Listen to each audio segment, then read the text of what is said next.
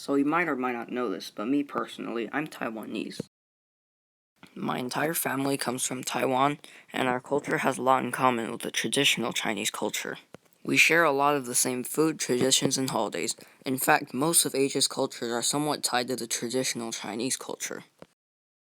The population of Taiwan is approximately 23 million people, and the capital, Taipei, has a population of about 2 million people. In Taiwan, most people speak Taiwanese or Chinese, sometimes both. Some people can also understand basic English. The country of Taiwan is known for their computers, seafood, and night markets.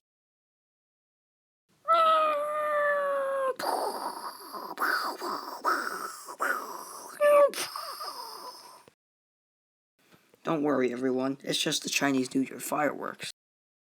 Teacher, what's Chinese New Year? I'm so glad you asked, because that's exactly what I was going to talk about next. Chinese New Year is exactly what it sounds like, the day of the New Year. But why is it not on January 1st, and why is it different every year?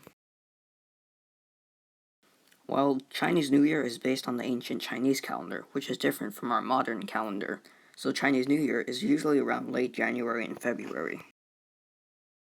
It lasts for about 3 weeks, and begins and ends at a different time each year. During this time, people decorate their houses with red banners and streamers, give envelopes containing money, feast, and celebrate. There's actually a very interesting story behind the traditions of Chinese New Year.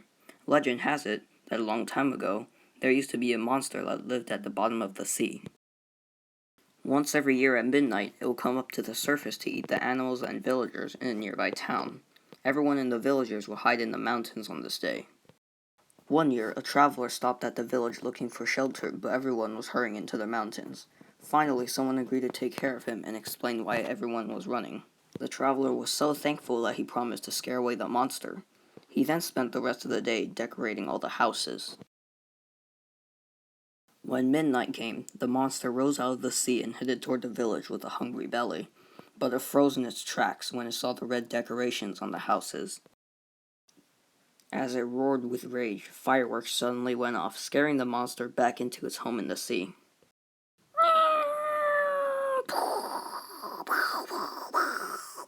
When the people came back to the village the next day, they were all so happy to discover that all their houses were intact. They learned that loud noises and the color red were the monster's weakness. Have any of you ever had dumplings before? Well, I brought some for you today.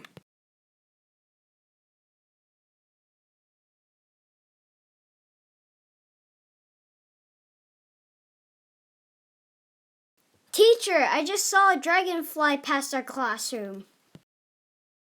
That wasn't a dragon. It was one of the dragon boats from the Dragon Boat Festival.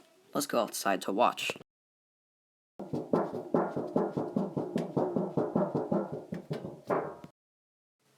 Teacher, where did this lake come from? I'm not sure. The Dragon Boat Festival is usually around early summer, and it honors the life and death of an ancient Chinese poet who lived around the 3rd century BCE. He was an important advisor to the king, and he was very wise. This made the other court members jealous, and they accused him of conspiracy, forcing the king to exile him. During his exile, he wrote many poems describing his anger and sadness. Eventually, he tied a heavy rock to himself and drowned himself in a river. The people of the kingdom believed that he was a good person, and they tried to pull him out of the river using their boats, but it was too late. They never found him. So the Dragon Boat Festival is celebrated to remember the rescue attempt made by the villagers. Teacher, what other festivals are there? Well, there's also the Mid-Autumn Festival, which is also known as the Moon Festival. The Moon Festival started as sacrificial ceremonies done by the ancient Chinese people during the harvest season. They noticed that the moon's movements were somewhat aligned with the seasons and farming, so they performed the sacrifices to thank the moon.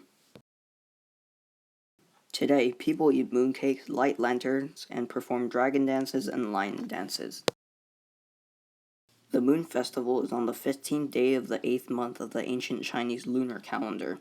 This is when the moon is the biggest and brightest.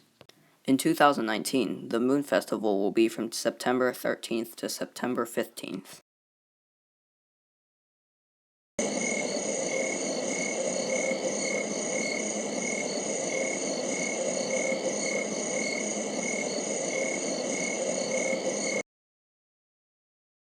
And that's all the time we have for today, folks. Good night.